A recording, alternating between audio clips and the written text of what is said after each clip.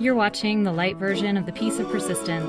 Visit patreon.com, that's patreon.com/Piece of Persistence for complete access with double the content and 0 ads. Hi, and welcome to The Piece of Persistence, the show where we seek to uncover the keys to happiness and success one honest conversation at a time. I'm your host, Abigail Wright, and today I get to introduce you to a fellow mezzo, my good friend, Carin Gilfry.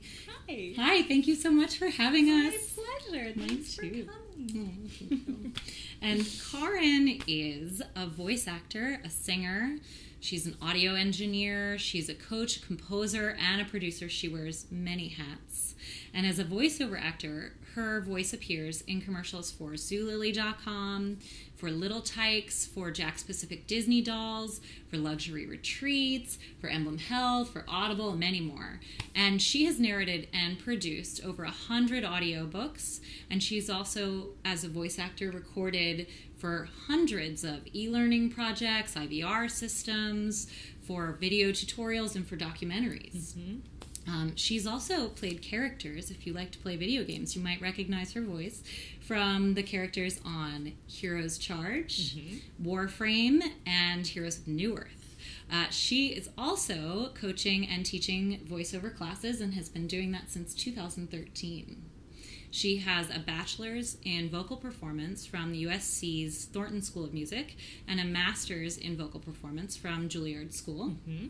And she has sung with symphonies and opera companies around the world. She has sung with some of my favorites, actually, including Los Angeles Opera, the Santa Fe Opera, which I love. Of course, you know, I don't play favorites, but also Le Théâtre du Châtelet and New York City Opera and the Glimmerglass Festival and the Phoenix Symphony. Mm-hmm. She's sung with the Santa Fe Symphony and the California Philharmonic, the Chorale Bel Canto. I'm sure the list goes on. She's also recorded and composed theme music for over 50 audiobooks. That's right. And she composed children's music for her popular YouTube series, Rosie's Place. You are incredible, and I'm so happy to be able to spend time with you. Thank you for inviting us. I'm so happy that you're here. That was so impressive that you memorized all of that stuff. Well, thank you. I'm sure you do it too. And so, Carin, anybody who knows Carin knows that this smile does not go away. It's pretty permanently affixed to your face, which I think is fantastic. It's one of my favorite things about you, and I'm curious. I'm sure other people who know you are curious. Have you always been so happy? I think the answer is yes, I think. And my mom always tells this story of how when I was like about 7 or 8 months old, she took me to the doctor and they didn't know that I had an ear infection and my eardrum had burst because I was so happy the entire time. And and also like around 7 or 8 months is when kids start to develop like stranger danger. Mm-hmm. And I apparently had no stranger danger, and I would just kind of like happily go to anyone and everyone. So the doctor was worried, I guess. Well, because you burst an eardrum. Yeah. And so he like made a loud, scary noise in my face, and I cried, and he was like, "Oh, good. I just wanted to make sure she was like mentally all right." And I was. We think mostly. Well, your daughter too. Yes. I just met Mahalia, and she is so lovely. And she came to me like right away. She had no idea who I was. She's such a cutie. She recently met Santa, and she was absolutely enamored with Santa. But she's awesome, and she definitely has like her own personality and isn't happy all the time. She has like a dramatic streak to her as well, but we love it. Yeah, you seem happy about that in true form. I'm glad she's her own person. It's good. Yeah, it's good. What are some of the most interesting voiceover experiences you've had as an artist? I've had a lot of interesting experiences. One thing is that because I speak fluent German and Swiss German, I do some Swiss German and German voiceover. So I am the Swiss German on-hold voice of Expedia.com, which is kind of funny. But I think probably the funniest thing that ever happened to me was I got trapped in a closet in a New York City hotel room, and I didn't turn off my recording the whole time I was trapped in the closet. So I had this like 45-minute recording of me trapped in the closet and trying to get out of the closet and banging on the walls and yelling for people. And it was very funny. And I was, I was kind of like playing it for friends every once in a while. And I'm a huge podcast junkie and NPR fan. And I thought, you know what? I bet the people at This American Life would really love this. So I sent them a reduced version of the recording. I sent them a story pitch, and they did actually love it. They called me into their studio. We did an interview, and through the course of the interview, Ira Glass mentioned to me that they had this live show that they were going to do, and he said, you know, since you're an opera singer and a voice actor, what would you think if we turned this into an opera? And I was like, oh, that would be great. And he said, what kind of music do you think would fit this story? And I said, well, I think probably it's a small story, probably minimalist music. And he said, oh, that's so interesting because I have this cousin, Philip Glass. And I could see if he would want to write something for this live show. So Philip Glass wrote an aria for me. And then the rest of the opera was written by Matt O'Coin. And we performed it live at BAM, and you can listen to the episode if you want on the This American Life website, and it is pretty hilarious. And I got to hire all my friends to come be in this opera with me. Oh my God, I love it. But I think the industry is about to get a lot smaller. Wow. So that means that I have to kind of set my sights on things and things that I might potentially do in the future, and the kinds of voiceover that I think will be around in the next 10 years. I love directing and writing and producing. When I did my children's web series, Rosie's Place, it was like the greatest experience of my life. Kind of just being in charge of, a bunch of different kinds of people and writing things. And I made all the puppets for the show. And on the show, we take stories written by kids and we bring them to life. So I didn't write everything in the show because part of it was written by kids, but I did write a lot of it, and I just loved it. I loved it. So if I could do more of something like that, I would absolutely do it. What's the best place for people to find it? You can go to our website, which is rosiesplaceshow.com, or you can search Rosie's Place Show on YouTube, and you can find all of our episodes that are there. Yay. Our music and all of that. I bet you're really looking forward to sharing it with Mahalia when she gets a little older. How has being a mom changed the picture for you? Being a new mom is awesome, and voiceover fits so well with being a mom. I'm home all day. She is home with me all day. I work when she naps, and we have a couple of really awesome babysitters who come a couple days a week for a few hours, and they take her out for a walk, and I work, but it's just like I get to be here with her and watch her grow up, which I feel so fortunate to be able to do, because so many moms, they really have to work, or they love their job and they want to work, but it's definitely, a trade-off. I get to do what I love and be with my baby all the time, which is absolutely the dream. It's the dream. That's huge. Yeah. Do you have any habits or traits that contribute to your overall success and happiness? Definitely. And I only know that my habits contribute to my overall success because when I stop doing them, I find that my levels of success are greatly diminished. One thing that has always been helpful for me is journaling.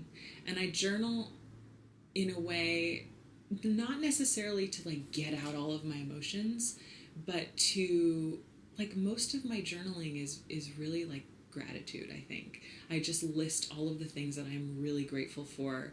I use journaling also to psych myself up. I'll write a whole page of I am powerful, I'm strong, I can do anything, I can achieve anything in this world. This is what I want to do. This is what I want to be. And I just write it. And I also draw a lot. It's so funny. There's one page in a journal that I drew. It looks like a child's drawing, but it's a picture of me coming out of like a fortress, wearing a blue dress, spreading my arms out like this. And for me, that was a symbol of like getting over my divorce.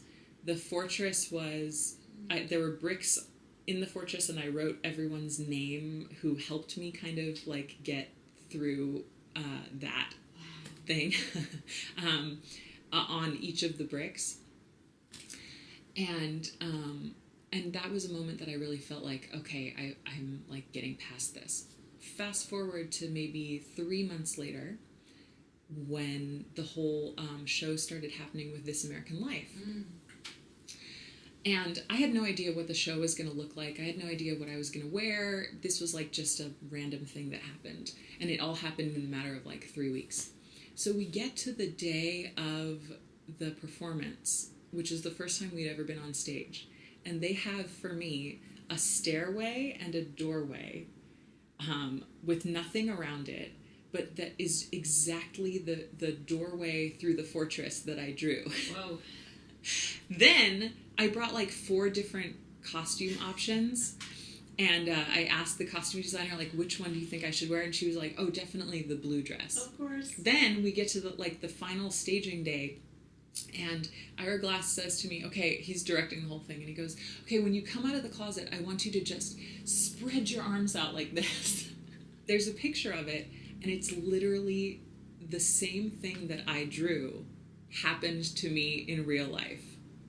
And I've had other experiences like that where I've drawn something in my journal that then happened. But it's I feel like journaling really helps. I also make to-do lists. Like, usually I make a daily to-do list, and if I don't make to-do lists, nothing gets done. Because it's just a physical way to see, like, this. This is done, this is done, this is done. Oh, this and this and this, it has to be done also. And then the last thing I do is I try to meditate as often as possible. It's hard when you have a baby. But I usually go for a run. I stop by the river outside my house. I sit in the same spot, and I just have a little moment of gratitude and like looking forward to what I want. And I have a mantra that I repeat all the time, which is a career full of creativity and fulfillment, a loving relationship with my husband, a loving, happy family, and enough money to do it all. Because how are you going to do it without money, right? Yeah. So, and I just repeat that all the time, and I found that since I started doing that, all of those things happen. And if I ever forget to meditate on like having a loving relationship with my husband, we kind of argue a little bit, and then I remember to be grateful for him and to think about having a loving relationship with him, and then like honestly, magically, like within the next few minutes, probably my attitude changes, my outlook on life changes, I'm more loving toward him, and then we end up having a more loving relationship. So anyway, those are things that I do. If there were one thing you'd like the world to see differently through your eyes, what would it be? I would love for everyone to really believe that they can achieve anything that they want to. And I say that not naively. I think of a student that I had a couple of years ago. I teach at this high school program in the summers called CISA. And she, her name is Melanie too. Hi, Melanie, if you're watching. Melanie has cerebral palsy that manifests itself physically. She, most of the time, her hands are kind of like clenched like this. But Melanie is a beautiful piano player. Whoa. She sits down to the piano and she consciously unlocks all of her, she's described doing this, and you see it when she sits down to play. She like unlocks all of her muscles, she places her hands down on the piano, and she plays some of the most hauntingly beautiful music I've heard in my life, and it's so inspiring. Wow. And I always think if Melanie can play the piano, then anyone can really do anything that they want to the best of their ability. That's incredible. Wow. So do you have any other advice for us? If you want to do something, be persistent and just keep doing it. That's my best advice. If you give up, then you have given up. The more you keep doing it, the more experience you have, and the more experience you'll have compared to everyone else who's given up. So even if you're 40 and you really, really, really want to be an opera singer, make sure that you can feed yourself and your family and take care of all of your basic needs. But if you really want to do it, just be persistent. Just keep doing it. Don't give up. Yeah. And just do it every day. A little bit every day. The piece of persistence. Exactly. Yeah, thank you for the plug.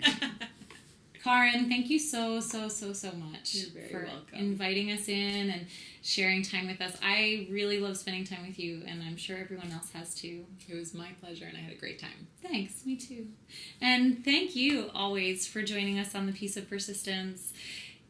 I'm going to ask you to do me one of 3 favors today, because without you, the show cannot continue.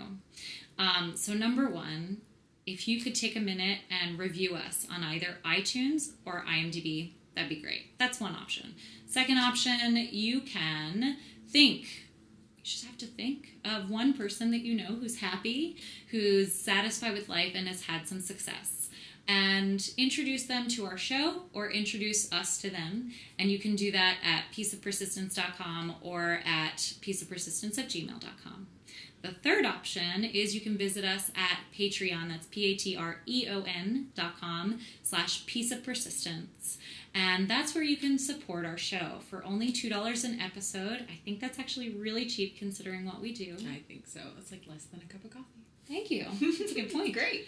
Yeah, thank you. Thanks. Well, we try to keep it inexpensive, but we also are trying to deliver you the best content we can. And that content is all ad-free, and you get about 2 to 3 times the content. So if you're seeing this episode on Patreon, lucky you, because you have a much longer time spending with Carin, which is really great.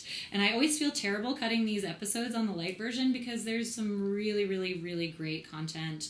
And people say the most amazing things, and I want all of you to hear it. So if you get a chance, go to Patreon, check it out. You'll be happy you did. And if you've already done one of those 3 things, you're officially my hero. Thank you so much for helping us to keep this show going and to keep it consistent. I really couldn't do it without you. And so I'm looking forward to seeing all of you again, whichever episode you may like, the LITE version or the Patreon version. And I'll see you next time on The Piece of Persistence for more great content to help all of us find the happiness and success in our lives.